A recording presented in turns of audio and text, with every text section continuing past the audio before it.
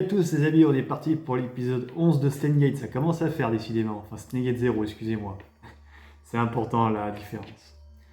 Donc aujourd'hui, qu'est-ce qui se passe dans cet épisode? Eh ben, on a une discussion avec Mao et Okabe. De toute façon, l'épisode va beaucoup tourner autour de ces deux-là. Franchement, ça aurait dû s'appeler la romance entre Okabe et Mao, mais bon, bref.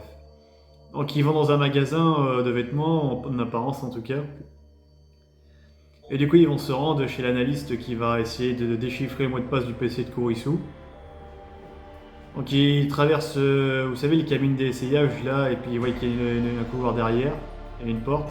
Et c'est là où ils voient Daru, alors ça surprend tout le monde au début, parce qu'ils disent « Ah, c'est toi l'analyste PC et tout !» Bah ouais, c'est lui, c'est le bon vieux Daru. C'est un peu chelou quand même que Daru, il a eu le PC de Kurisu Makise, mais qui s'est pas demandé, bon, je vais peut-être contacter Ocarine, on sait jamais, hein, enfin non, même pas, ça lui a pas traversé l'esprit. C'est vrai que sur le moment, j'y pensais pas quand je voyais l'épisode, mais je me dis après coup, c'est chelou quand même, hein. Enfin je sais pas, ça aurait dû faire tic dans la tête quoi. Mais bref. Voilà, donc Mao est un peu surpris aussi, il dit ah, c'est toi machin, bon voilà, bon bah, il discute un peu de tout. Okabe dit interrompt le téléchargement des données, machin, on va pas pirater le PC, c'est une boîte de Pandore, etc. Enfin bref, il explique sa rengaine habituelle sur les voyages dans le temps, que ça peut creuser la tombe de tout le monde. Une phrase qui choque beaucoup Mao Yajo, franchement. Et d'ailleurs, c'est à ce moment-là que Okabe va décider de tout lui dire. Parce que la team d'Okabe cachait tout pour le moment en Mao, mais là, Okabe s'est dit il faut que je lui dise tout parce que sinon je vais perdre sa confiance, je vais tout perdre. Et puis de toute façon, au point où on en est, elle a déjà bien un pied dedans, donc autant aller jusqu'au bout de la connerie, comme on dit. Mais il a bien dit, je vais tout te dire, mais par contre, je veux que tu dises rien, enfin, je veux que tu fasses rien pour sauver Kurisu Makise. Ça, il a été très très très clair là-dessus. Donc voilà, s'ensuit une discussion où finalement il décide d'arrêter d'annuler le piratage du PC. Un peu à contre-cœur quand on voit le visage de Mao, mais bon. Parce que pour elle, Mao, en fait, pirater le PC, c'était un moyen de dire ah, j'ai percé le secret de Kurisu. C'était un moyen pour elle de la surpasser dans un domaine, vous voyez. Et c'est pour ça qu'elle est un peu déçue. Elle a vraiment un complexe d'infériorité par rapport à Kurisu Makise. Ça se ressent tout au long des épisodes, et particulièrement celui-ci.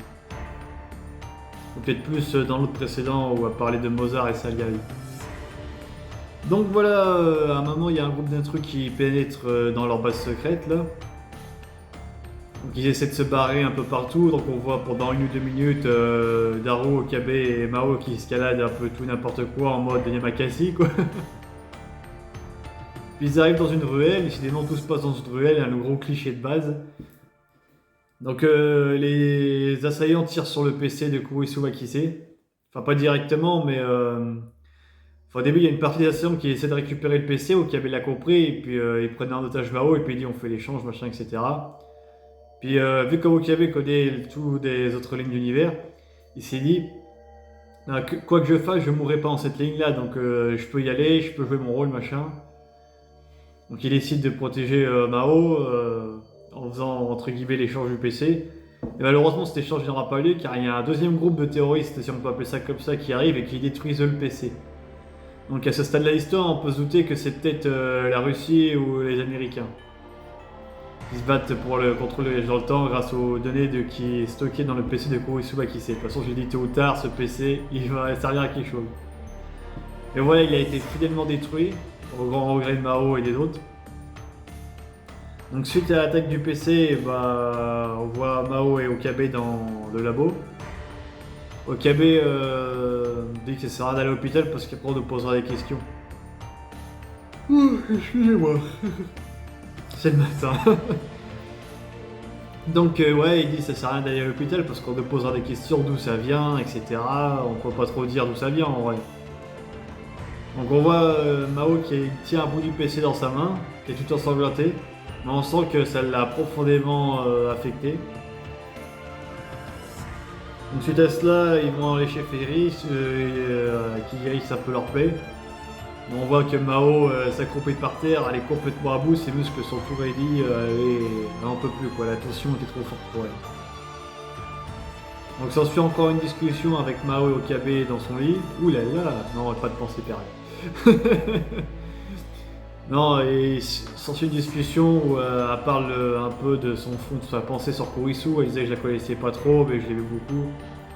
Elle avait du talent, j'essayais tout de faire pour la rattraper, machin, enfin la rengaine habituelle, mais là, elle sortait vraiment ses émotions, on les sentait quoi.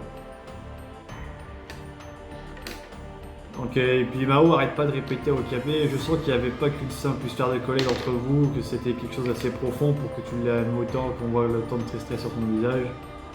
Car après c'est vrai, l'amour et la haine sont la surface d'une seule et même pièce quand il réfléchit. Donc voilà. Donc après, après ces événements-là, il décide d'aller à l'aéroport. Où Mao et les Skinel vont repartir aux États-Unis. Et où du coup, Okabe va être coupé d'Amades pendant un petit moment. Donc on pourrait croire que c'est une fin en soi entre guillemets, enfin, en tout cas c'est la fin de la première partie de Steins;Gate Zero.